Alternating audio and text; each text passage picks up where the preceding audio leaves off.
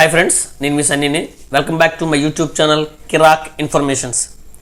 ఈరోజు మీకు Mahila Samman saving certificate 2024 key points మనం ఈ వీడియోలో తెలుసుకుందాం.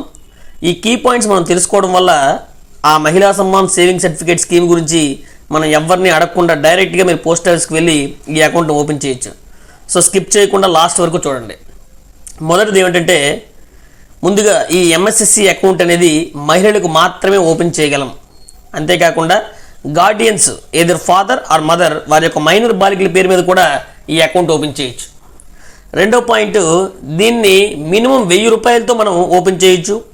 మ్యాక్సిమం ఈ అకౌంట్లో మనం 2 lakhs వరకు డిపాజిట్ చేయొచ్చు. చాలామందికి ఒక అపోహ ఉంది, ఇదేంటంటే ఇది ఒక ఆర్డీ టైప్ స్కీమ్ అనుకుంటున్నారు, కానీ కాదు, ఇది ఒక fixed deposit scheme. Next one ఏంటంటే, ఒక అకౌంట్కి మరియు ఇంకొక అకౌంట్కి 3 months అనేది గ్యాప్ ఉండాలి. అంటే ఒకవేళ ఒక అకౌంట్ అనేది 1000 రూపాయలు ఈరోజు ఓపెన్ చేస్తే మరలా ఆ స్కీమ్లో పెట్టుబడి పెట్టాలంటే మళ్ళీ 3 months తర్వాత మాత్రమే మనం ఆ అకౌంట్లో మళ్ళీ పెట్టుబడి పెట్టగలం.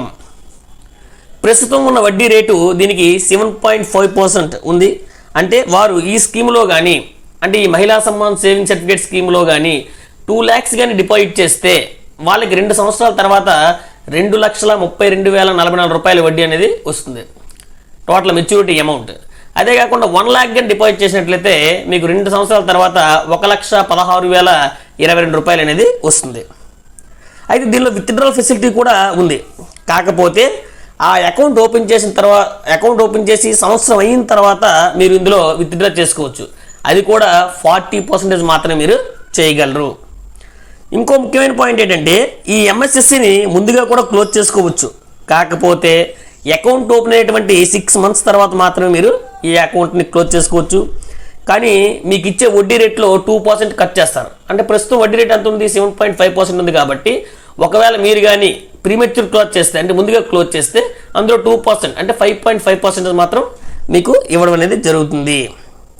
ఇన్ కేస్ అకౌంట్ అనేది గార్డియన్ వాళ్ళ మైనర్ గర్ల్ పేరు మీద ఓపెన్ చేసి గార్డియన్ కానీ మరణించినట్లయితే అప్పుడు ఈ అకౌంట్ని ముందుగా క్లోజ్ చేసేయచ్చు.